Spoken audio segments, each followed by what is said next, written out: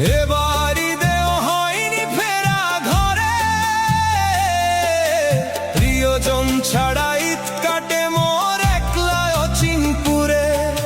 নিঃসঙ্গতা কুরে কুরে খায় তবুও মুখে হাসি, আমি যে প্রবাসী, আমি যে প্রবাসী।